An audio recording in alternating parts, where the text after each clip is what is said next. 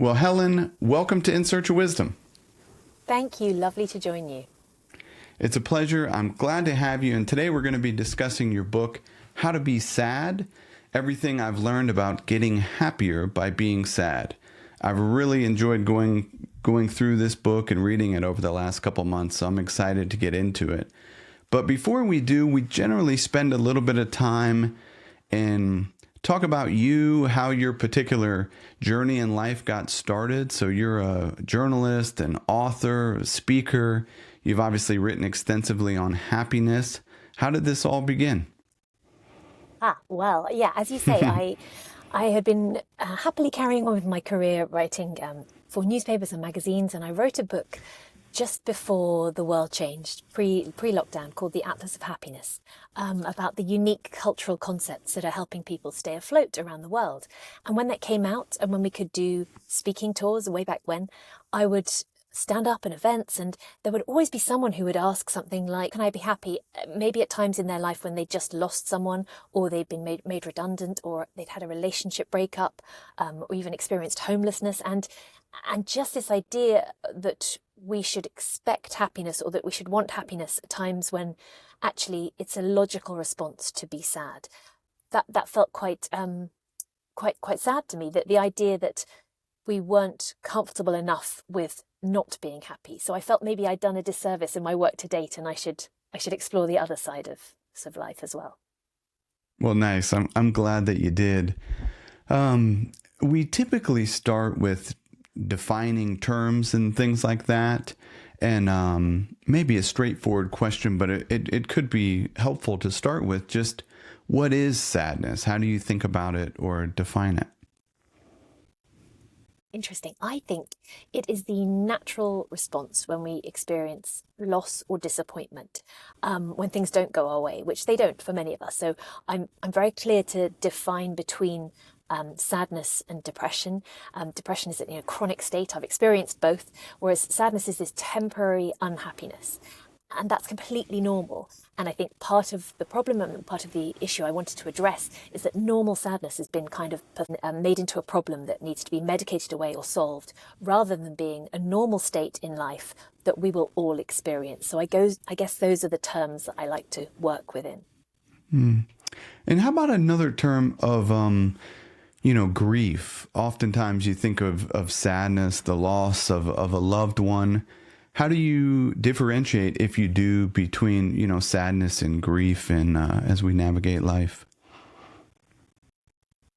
I certainly think that grief is a form of sadness, but I think, if we are thinking about grief as specific to a loss, it can be a living loss. I think many of the psychologists and experts I spoke to for this book explained it to me in those terms, that you can, the loss of a relationship, the loss of a parent, perhaps that leaves your life for some reason. So not purely bereavement, but I think grief, we used to be a little better equipped with it, I would say. I always point to the DSM-5, this idea where it used to be that when you were grieving, when you just lost a loved one, you couldn't be diagnosed as having depression, for example, because it was just considered normal that you would be really sad when you were experiencing grief, when you had lost a loved one. And in the latest iteration, in the DSM-5, as I say, this nuance was done away with, and actually then people experiencing normal sadness when they lose someone could be diagnosed as having depression. And the diagnosis criteria for depression are fairly arbitrary. And again, I speak as someone who's had experience of depression. And so I just felt that was really important to it's been doing people a disservice to write off our normal feelings of loss and sadness when we experience a bereavement or a living loss, as depression isn't always accurate. I found it really interesting going through the book on this particular podcast. It's primarily a philosophy podcast, and we explore, obviously, a lot of different wisdom traditions. But it seems like in my own experience, sadness can be difficult to even spot. Like sometimes I think of maybe like the many names of sadness. Like if you think of like anger and frustration, there's a particular philosopher I like, Seneca, who wrote quite a bit on anger and talks about, a particular event, and then you have, a response to that event, which might be anger. And then in between that, he talks about like the judgment is where this comes from, some sort of impression or judgment. And it seems like in my experience of exploring some of that, it's like even sometimes the anger is sadness. It's like the frustration sometimes of daily life of like exploring it a bit. There's some sort of sadness, that is connected there in some ways. Like, how do you think about just even identifying it, even like noticing it, spotting sadness? I think you're right. A lot of people find it difficult because so we are so used to trying to avoid it. I think we are not encouraged to experience it, and that's not a universal. I mean, that's a recent phenomenon, and it's largely, I think, the US and the UK. We are particularly bad at sadness, I would say. There are other cultures where it is much more accepted that you can feel happy and sad at the same time, or that there is a nuance, or there is not a value judgment placed on the experience of feeling sad. It's not seen as a bad thing.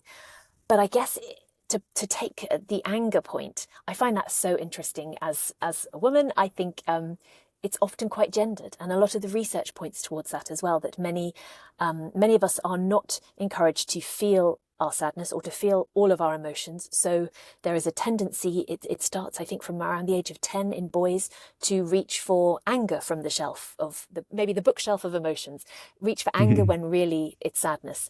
And for women, it can often manifest in frustration, in a feeling of powerlessness, crying through tears. Actually, there's not much difference in crying between men and women, but women tend to cry from frustration a little more because we feel powerless.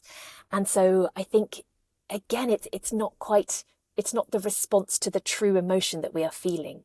And if we are able to get in touch with the granularity of our emotion, we are able to process it so much better. And I think of it's kind of unavoidable. So we may as well know how to handle it. So that was what I was trying to get at, I think, in the book. Yeah. And you said there it's more of a recent phenomena. What makes you say that? Oh, well, it's been so interesting looking into it. I think I spoke to lots of historians, and in the UK, at Queen Mary University, there's the History of Emotions department, and they look at just our different approaches to crying, to sadness, to melancholy throughout the years. And actually, I think it was Charles Darwin who said famously that there was no purpose to tears; they served no use at all. And actually, we know now that that's wrong. It's not that we sluice out any negative emotions; it's that we express our sorrow, and in doing so, we are comforted by the people around us. We feel better for having expressed it. So historically, people were a bit better at expressing their emotions. In the UK, I'll speak to that bit first, but I think we were better at our emotions until, I guess, World War II often comes up in the idea of this uptight, the keep calm and carry on, Winston Churchill's approach of just getting through the war. And those weren't his words, the keep calm and carry on. But I think many scholars will point to the fact that there was no other option. And so Churchill, despite experiencing big emotions and cried frequently in his private life and famously experienced depression, there was no other option. And so whole generations just had to get on with it. And before that as well, in the First World War, the scale of the losses and the flu epidemic, the scale of the mourning that people were having to go through meant that such grand expressions of grief that we see probably pre-Victorian era were no longer acceptable. So even Queen Victoria, when she was mourning her husband for all of those decades, even at the time, people were starting to say, oh, isn't this a bit much?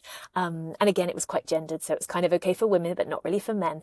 So I think that the scale of the loss has meant that at some point in the 20th century, it became not okay. And in the US, a lot of the scholars that I spoke to pointed to the idea of, the pioneer spirit was an idea of being quite forward-facing, the idea of not dwelling on any barriers or any hurdles, but really pushing through with a very forward-looking approach. And so actually then that doesn't allow for staying in any sadness or wallowing or exploring even those emotions to an extent that might be helpful. So I think the US and the UK are particularly defined by our history in that way, that has made the experience of feelings helpful. It's so interesting, the history of emotions and the cultural influence on emotions is a fascinating thing. There's a quote by Proust that has always stuck with me. I think I saw it a few years back. It's like, we are healed of a suffering only by experiencing it to the full. And it's fascinating, but it makes me ask, like, how do we know? Like, how does one know that they have experienced a particular sadness, like fill in the blank of whatever it may be to the full? Anything come up there, Helen? It's so interesting. Quite often when I speak to people about this, there is a desire to kind of quantify it and to say, well, how many days must I be sad for? And it's so human, right? It's such a natural thing. When will this be over, this uncomfortable experience? And from speaking to the psychologists and sociologists and psychiatrists for my research, it seems, unfortunately, it's kind of a grey area. And there's so much about the brain that the best minds in the world still don't understand. So, I mean, what hope do we have?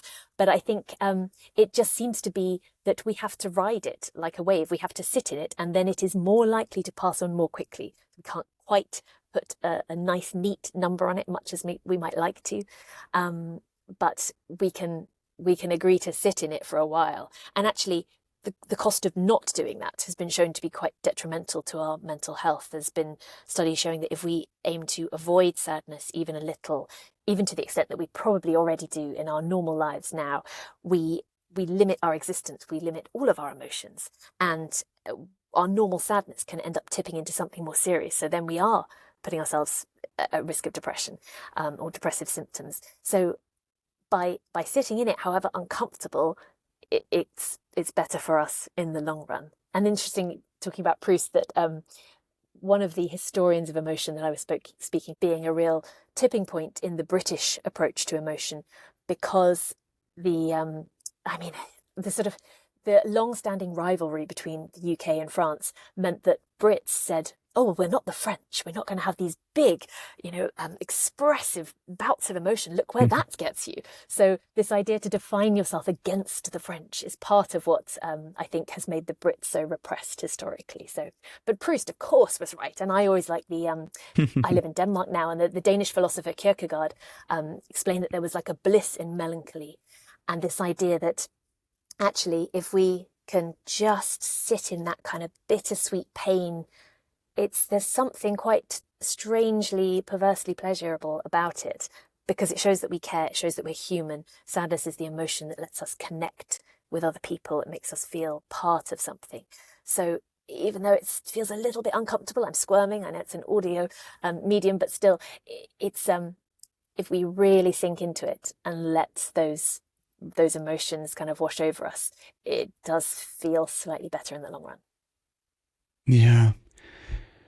It's so interesting. We talk quite a bit on this newsletter that we do about seeing maybe some of these ancient timeless practices as lifelong. Like, how do we see them as infinite paths? It's called perennial meditations. I'm a fan of this word perennial. But I don't know, like, why not think about sadness in that same way? You think of like the loss of a loved one, or, any sort of thing that brings about sadness. Well, why can't it just be an infinite thing that we carry on? I don't mean in some sort of debilitating way, where it's like getting into depression, things like that. That's not what I'm talking about. But kind of that particular quote that you were saying from Kierkegaard, as a way of, this is something that is meaningful. This is something that is important to me. You think of like a parent that has lost a child. I'm assuming, that sadness would never leave. You may not always be in it. You might not always be thinking about that, but I would think it would be normal 4 decades afterwards to still experience that. It's this like infinite thing, or maybe infinite's not the right word, but something that lives along with you. Yeah, I think you're right. And actually, my professional reason for writing the book was this work on the Atlas of Happiness, and seeing a reader response to that was so different to what I expected. But from a personal perspective, absolutely, as you say, 4 decades. So when I was growing up, I had a little sister, and she died of cot death, it was called at the time, sudden infant death syndrome. And yeah, of course, that rift on my mother and the whole family, that sadness kind of ripples out through generations. And growing up as I did in the 1980s and 90s in the UK, there wasn't that space to deal with it. And yeah, it does feel infinite. There is no end to it. But we do know now that ignoring it is the very worst thing you can do. It doesn't help at all. And there wasn't any capacity to talk about it. There wasn't counselling offered at that time where I was. And so the idea that you just, you'd sort of cheer up, slap on a smile and carry on, I just feel is so harmful now, that it's kind of become a vocation to try and spread the word on that, however painful it might be. And I think you mentioned the Stoics, and I was very interested in Stoicism for a while. I'm thinking, well, maybe this is the answer. And then the more I researched into this and spoke to big proponents of Stoicism, and then people on the other side saying, well, no, that actually the idea of trying not to feel anything isn't what's going to work for me. So I see there's so much great about the Stoics, but the idea of thinking, oh, well, this is just how things are, and not getting riled up doesn't work for me and my family and what we've been through. So I think, as well as the Kierkegaard quote, I cling to the idea of it being a useful force and a real life force, even sadness, as well as this feeling of connection. There's been great research, I'm sure you've come across it, from the University of New South Wales, that's found that being temporarily sad can even be good for us. It helps us to be more perseverant. It increases our attention to detail. It makes us more grateful for what we've got. It really makes us a nicer, better person. And when we are feeling very sad and feeling like we are cracked open, that's when kind of humanity floods in. So yeah, I absolutely believe it's very worthwhile. That the cost of not doing it is so terrible, it's not worth comprehending. So we just have to feel those sad feelings when they come up. Mm-hmm. I'm curious to ask, Helen, this book, I really have immense respect of how much of your life is in it, this honest, integration of your own emotions and life and challenges. How did you get comfortable doing that? Like, comfortable putting that on the page? Well, years of therapy, Joshua. I'm a big fan of talking cures. I find them hugely helpful. I've also tried antidepressants over the years. I've done it all. And actually it's the talking that's so helpful. And I think, so professionally, professional therapy I've benefited from hugely over the years. And also by nature of my job, I've been a journalist for 20 years now. I get to be nosy for a living. I get to be curious for a living and start conversations just as we're having right now. And I get to meet people and watch their kind of shells crack open and see the vulnerabilities that other people have. And I guess that's given me a lot of strength and a lot of feeling as though I am very committed to sharing this. I had enough people say, well, this would be helpful if you could say that you experienced this, from eating disorders to depression to some really kind of troubling times that befall all of us. I am certainly not special. We all experience losses and disappointments, and everybody's life has tough stuff in it. There's nothing special about me. But if I am able to express it in a way, that is the one thing I can do. I can communicate. So if I'm able to do that in a way that might help other people, then that has to be worthwhile. So I think from my previous books, I've had big responses, and they've been very celebratory. And this book, what I found so interesting is that the responses have all been intensely private and vulnerable, but I have always felt very honoured from the people who have got in touch to share their story. And I feel like it's an open therapy clinic, that every day I have dialogues with people who say, this helped me, and I'm trying this, and what do you think of this? And I think the more we can talk about it, the more we can help, really. Well, I'm glad that you did, and I really find it inspiring, helpful. I listened to an episode of your podcast in preparation for this, your conversation with Kate Bowler, and just another person that's really honest and clear, about the challenges that can arise in the human experience. So I really enjoyed it, and I just want to say thank you. Well, Kate's a very special human being. She's amazing. Yeah.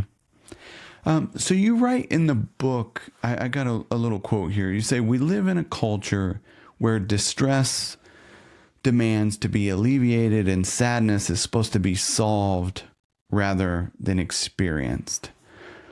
So I'm curious a little bit about like a tension between, I get what you mean in terms of it's something to be solved, like check off of a to-do list or something like that, and then press on. But then like there's also this other thing of like untangling, understanding, living with, like trying to make sense a bit of the sadness, which is maybe sometimes done in therapy, but sometimes, we're not always in therapy. Sometimes we're, in a room alone, and we're trying to make sense of things. So how do you think about that tension of not necessarily trying to solve it, but also like trying to make sense of things? I think it goes back to what you mentioned at the beginning of your question there about not distracting ourselves with other things. I think we all have these little devices in our pockets now that can alleviate discomfort of boredom, for example, or any situation we're not particularly enjoying or happy in or interested in even. There's great studies show that so many of us, if we're watching a movie or a TV show and it gets a bit tense or a bit uncomfortable, or maybe there's a sex scene and our mother's in the room, or just something, we will just turn to our phone because we can't quite bear that discomfort. And you think, well, that's mad. In the olden days, you would just have to suck it up and just ride that feeling a bit. So I think it's not making ourselves so busy all the time so that we don't face these things. And I've been so guilty of that in the past. I will happily fill my day in half-hour segments from dawn until dusk, so that there is no time to think, no time to stop, and my heart is racing all the time. So I think the first thing is stopping that. Busyness is not a badge of honor. It is daft, and there is enough research now to show that actually when we rest, and it doesn't have to be lying on a couch or in therapy, it can be active rest, it can be going for a walk, it can be just doing something where we take some time out and we're not filling our schedule all the time. That's when our brain is really smart and our brain can start sort of figuring things out, the cogs can turn. And then some problems really are, to mix my metaphors, but like a knot, a really tough knot that you cannot undo from some shoes that you really want to wear, but the knot is too tightly woven. And so I think if we try to be a bit patient, which again, I'm terrible at. I'm not patient at all. I have 3 small children. Anyone who you'll ever speak to who'll have met me will tell you that I'm not patient, especially my children. But trying to be patient to deal with these things. And of course, therapy is a massive, it shouldn't be a luxury, but it is not accessible for so many. So often, as you say, we are in a room by ourselves, like you and I are right now, albeit we are able to connect and speak like this. And so we have to kind of be okay with that being by ourselves. And a lot of people find that very uncomfortable as well. A lot of people, actually. I mean, I grew up with just me and my mum after my sister died and my dad left, and I was on my own a lot. So that has been one bit of training of life that I'm kind of okay with. But my husband, even, for example, doesn't like being by himself at all and wants to fill his time and have social activities and have somebody with him all the time. And I do think that is another type of distraction. So we have to, allow some space really to breathe and think, and firstly then be aware of what knots we need to untangle, and then try and work out how we're going to do it and whether we need help. And if we do, there's no shame in that, and we can talk to other people. A lot of the therapists I spoke to, I felt were very generous in that they said the most important thing is that you talk to somebody who will listen without interruption and without judgment. It does not need to be a professional. And I thought this was very helpful to share. I mean, they're doing themselves out of business here, but this idea that you can make a pact with someone. I call it the buddy system. And I have a very good friend called Jill, and we will be each other's buddies. So that if someone's having a terrible day, there's a sort of a bat light we can send out, and we will talk, and she will talk and I will listen, and then I will talk and she will listen. And it's hugely helpful and hugely therapeutic in the most pure sense of the word. So I think, being able to be by ourselves and then knowing when we need to maybe reach out to have somebody else around is really helpful. That was a rambling answer. Apologies.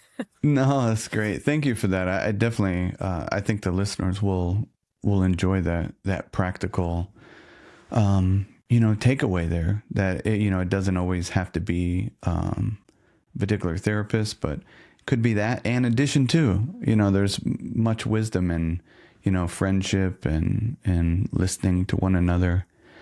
I'm curious of. Maybe a topic, I guess, that has probably come up on this podcast and many others of, how does the world work? Like making sense of some of these things. Like we all have maybe worldviews of things that we're not quite aware of. And something that you write in the book, that is, if we learn to accept that things are going to be hard, we're better equipped to deal with some of these experiences that bring about sadness or even extreme sadness. Like, how do you think about cultivating some of these, world views that can help equip us to navigate life? I guess I would say that there are two things there. There's it's kind of not our fault. We've been taught from a very young age that if something's hard, just do the next thing, or battle away and work harder. And actually, life will be hard. And I'm now very careful to, if you see a child falling over, your natural impulse is, it'll be okay, don't cry. And actually, that's really unhelpful, because crying is normal, and you don't want to attach shame to any of these feelings that are perfectly natural. And sometimes it isn't okay. And that, if we are expecting things to always be okay, we will feel like we have failed in some way when they're not. And there are structural inequalities, and there are big things we have to contend with, that sometimes things will not be okay, and that is not our fault. It's the first thing I would always try to address. The second is, I found really helpful for me, is around getting some perspective. And I tend to do that in two ways. For me, books are a massive big insight into other worlds, into paths that we have not chosen and lives we haven't lived. And you are literally, it's the ultimate exercise in empathy. You're putting yourself into someone else's shoes as you imaginatively read a book and think about how those lives can be. So that's really helpful. And then I guess it's that idea of doing something for someone else. It's acts of service. It's such a sort of basic tenet of many religions and philosophies, but it's something that many feel like they don't have time for. It's not necessarily rewarded culturally, let alone certainly not financially. But I guess I always point to, in The Simpsons, the idea of Ned Flanders, like the do-gooder was sort of seen as a bad thing for many years. And actually, that's mad. Someone who cares about their community and tries to do good and tries to be helpful and reach out is always so helpful. It's a really good thing to do, and not to instrumentalize it, but it always makes the person who is reaching out feel better as well. So I know that when I make an effort to volunteer and take part in the charities that I work with, you get a bit of perspective. You get involved with lives that are not your own. You feel beyond your own problems. You maybe are able to share some wisdom from what you've experienced, just as you learn from the people who you spend time with. So I think getting some perspective is really helpful. Or you can just climb a really big hill. Hills are good for perspective too. Yeah.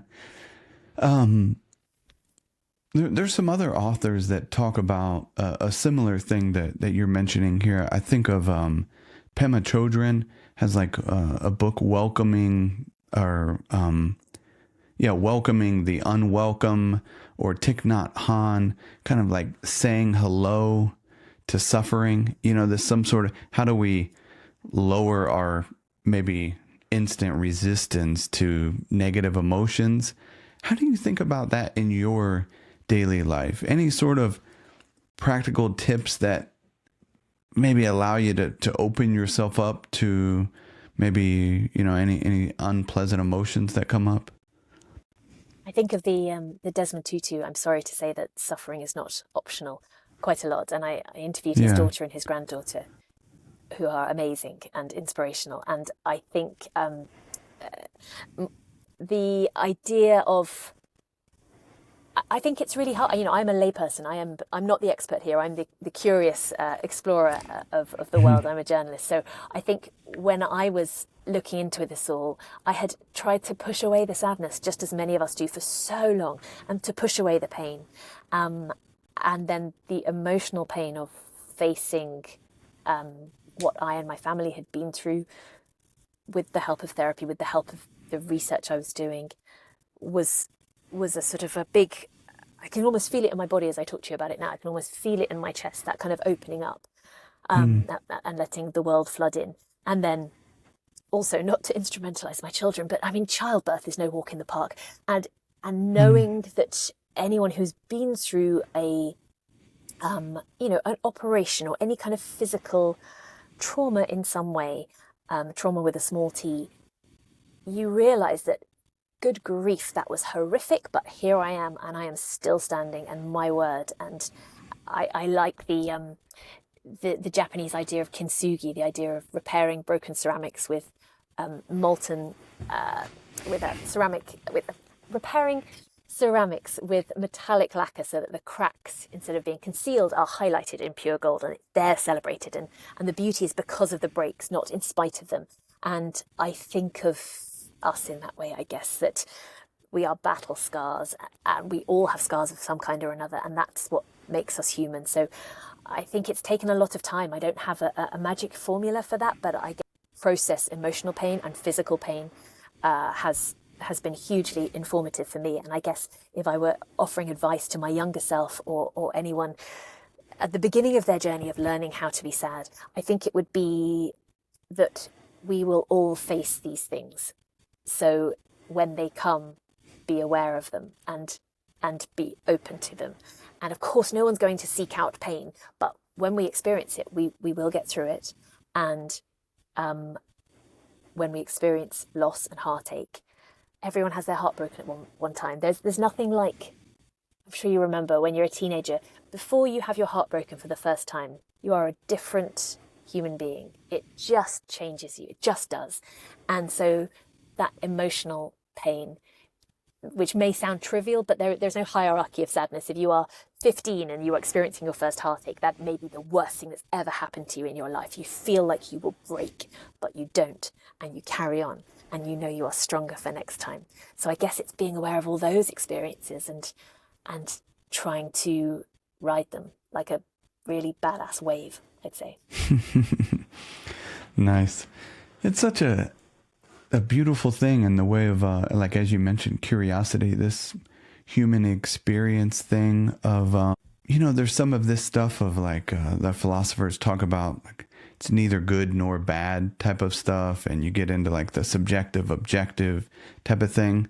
But it is like an interesting thing of like even quote unquote like negative emotions.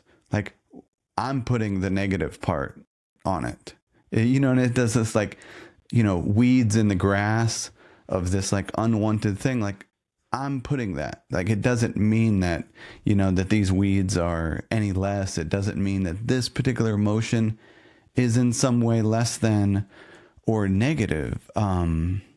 So in my own experience, it just gets a tricky, it's a tricky thing. Like, we talk about quite a bit on this podcast of like, try to anyway, of like practical wisdom. Like, what does this look like in daily life? What are the obstacles that stand in the way? And it seems like that's one that comes up to me is our own language and like how we're actually labeling things, which I just did, you know, and it's like I didn't recognize it till after I said it. In your defense, you did bunny ears around it, but I think you're right. But I think the first step then is to recognize that you were. I don't know if you were born in the US, but you are living in the US now.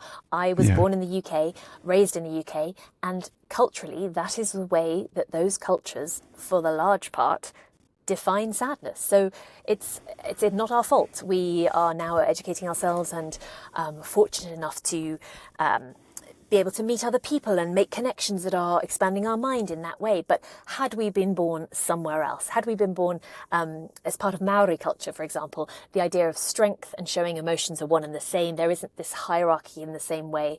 The idea of the haka dance I was really interested is to fully get in touch with your emotions in a way that many people don't know they are capable of, and then express them in a group setting. I mean, which just blows my mind and feels like we'd all have been spared a lot of therapy had we all done that as teenagers. And then again, you look at East Asian culture, the idea of Japan. There's a great piece of research where Japanese psychologists were asked about melancholy, and they said it never occurred to us that that was a problem or that we should try and medicate it away, because it's normal, it's part of life. And there are so many studies that you and I will have grown up with along the lines of the fact that happier people are healthier. And you still see, I've written many of the articles myself in my younger years. I didn't know, in my defense, but the idea that if we are happier, we are healthier. And of course, there are some good habits that if we are in a good place mentally, we will engage in, that will, you know, have that sort of virtuous circle trying to make us feel better. But studies have also shown that being sad only makes you sick if you are terrified of being sad. So US respondents to a study were found to be the most susceptible to poor health outcomes when they reported also feeling sad. Whereas in Japan, it makes no difference. And there are really good comparisons to make because they're both, really established healthcare systems, wealthy countries. But yeah, in Japan, being sad will not make you unhealthy because it's just emotion. It's not good or bad. It doesn't have a negative or positive connotation. So I think recognizing that we are a product of our surroundings is really helpful to cut ourselves some slack, but also allow ourselves to grow from that point and decide that we're going to do things differently, I think. It's so fascinating, and it's like we can miss those cultural differences. I know a previous guest I had on a while back, the listeners might remember, Owen Flanagan, How to Do Things with Emotions, and did a kind of worldwide thing and talks about some of these different words of how they show up, things like anger, shame, happiness, like across different places. And one of the things he talked about is even the titles of books, titles and covers of books in different places. And obviously you've written a number of books that have probably been, published in different places. Do you see that in yours in the way of titles and covers of how they show up differently? That's so interesting. Yeah, I hadn't thought about that before, but now you mention it, yes. I don't know how much I can share at this point. But yes, I will say that my next book coming out has a different title in the US to the UK equivalent.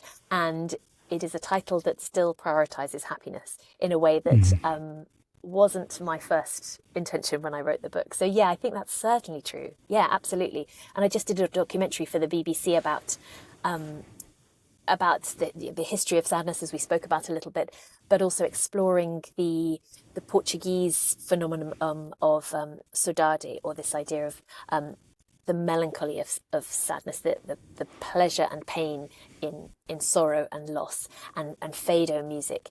And we spent time in Portugal, and I've interviewed lots of people in Brazil, and there again there's a different approach to happiness and sadness, and it's more accepted that sadness will happen, and look, here's a whole genre of music to enjoy whilst you're feeling sad, in a way that I guess, there's the blues, but I guess for me, coming from the UK, I didn't have that tradition, and spending time in Portugal researching that was a real eye-opener to the idea that even just a few hours south geographically by plane from where I lived is a really different approach. So it's all so specific to location, and there's a whole world out there, I guess. Yeah, it's fascinating. Is that documentary already out, Helen? That is, yes. It came out earlier this year, so that was on the BBC World Service, and it's called A Short History of Sadness. Okay, great. We'll link it in the show notes. That sounds really interesting. I've got just a couple questions. Our time has flown by here pretty quick, but you touched on it not too long ago in the way of expectations. I made another quote here from the book. You say a better idea is lowering our expectations and swapping perfectionism for something the experts call adaptive optimism. Could you say more there? Yes. So I'd be so interested to hear your career path and aspirations when you started out. But when I started out, it was very much a straight line. Is that you go to school and you graduate, you get a job, the idea was you get a house, you get a partner, you have kids. There was a very sort of straight line.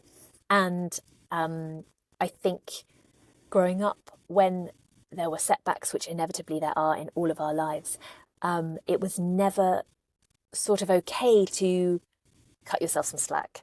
And I grew up in Margaret Thatcher's Britain, where we were all taught to aim high. And if you weren't aiming high, then you were really being a slacker. So the idea that you could lower your expectations when you experienced loss or sadness was anathema. And actually, I think that's really helpful. I think when touching on what we spoke about at the beginning about a timeline almost for your sadness, there is no timeline, but certainly if you have the same expectations of your productivity, or your how much you're going to have massive success at work, or how much you're going to go out partying when you've just experienced a loss or a massive disappointment, is not helpful. It's not realistic. So if we can lower our expectations, which goes against so much of what we are taught in the UK and the US especially, then we are able to be kind to ourselves. We're able to take our time a bit more. Then we're going to have better outcomes. We're going to allow that sadness to come in. It's not trying to distract ourselves with busyness and think, well, if I just get that promotion, then I'll be okay. There's the idea of optimalism. I think of it like, perfectionism maybe say is a career path that's a straight line, curved spiral type thing. And my career has certainly been like that. It's not turned out how I might have expected. It's been a far curvier career path than I could ever have imagined, but that is a wonderful thing, and I am delighted by that, and by taking opportunities and sometimes saying no to some, and just seeing where the wind has taken me has made for a much more interesting and enriching time, I would say.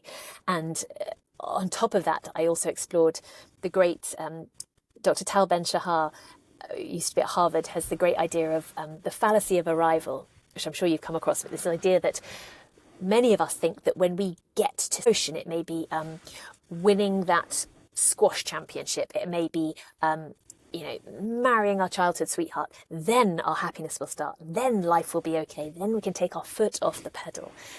when in reality, life doesn't work like that, because we get a dopamine hit from the chase. The thrill is literally in the chase. That's what makes us feel good. And when we get the thing we think we wanted, we often feel nothing or massive anticlimax.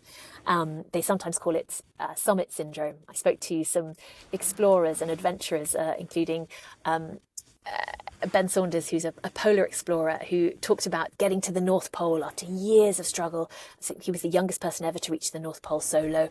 And he thought, oh, actually, it looks a bit shabby. He was just unimpressed. He worked again for years to get to the South Pole. He got there and he thought, oh, again, he just felt a bit lonely and nothing was as good as he thought it might be. And this idea that if we, of course, striving can feel good, but it has to be goal or seeking external validation. And even if it's intrinsic, even if it's something as basic as wanting to get married and have children, our expectations these days are so high that we are bound to be disappointed at some stage. It's not all going to be okay. I struggled with infertility for years, and when I finally got pregnant, I thought, oh, now it's going to be brilliant. Well, there's still tough days. I still get mad with my kids because I am a human being, and that is okay. And rather than feeling guilt around it or feeling like I have done life wrong, this just feels like this is what life is. This means we're doing it right. Optimalism, just doing the best you can, being easy on yourself when times are tough, lowering expectations that when you have just had a shattering disappointment, you are probably not going to nail it at work the next day, is a much more healthy and fruitful and generous and kind way to go through life. Well, beautiful. This has been a lot of fun, Helen. We've made it to this final wrap-up question, which is it's a brief, short question, and it's, how do you define or think about wisdom in daily life? I think now it is emotional intelligence, and especially in these days of AI coming to get all of us. Just found out that AI's been used up 2 of my books trying to teach its friends to make their own books. But the idea of emotional intelligence feels more important than ever. And I think increasingly now sadness is going to happen, so we might as well know how to do it right. And actually we can all get happier by learning to be sad better. So it's being in touch with our emotions and allowing ourselves to be sad as well. Well, great. And again, your book is How to Be Sad. That's what we've been chatting about today. But would you mind taking a moment and sharing a little bit about the new book you're working on and any other websites and things like that you might point our listeners to? Yeah, absolutely. Thank you. So I have a new book about raising children in the Nordic countries and how different it is, the experience of childhood in the Nordic countries, from Iceland to Finland to Norway, Sweden, Denmark. And so I am now a mother of 3, and I've been living Danishly for 10 years now, and just everything they do is different. I still have that beginner's mind. I am learning on a daily basis. Every day is a school day. And whenever I speak to people back home, they are regularly shocked by how people do things around here. So I started writing about that. And it's again a mixture of kind of armchair travel and interviews and my own lived experience, and taking in the different cultures in the Nordics has been fascinating. So that's coming out in the US in July, and that's The Danish Secret to Happy Kids. And it's called How to Raise a Viking in the UK, and that comes out in February. And yeah, I'm really proud of it. It's been a real treat to write, so I hope people enjoy it. Nice. Well, we'll link everything in the show notes, along with your website and things like that, and the documentary we discussed. Helen Russell, thank you so much for coming on In Search of Wisdom. Thanks so much, Joshua. Take care.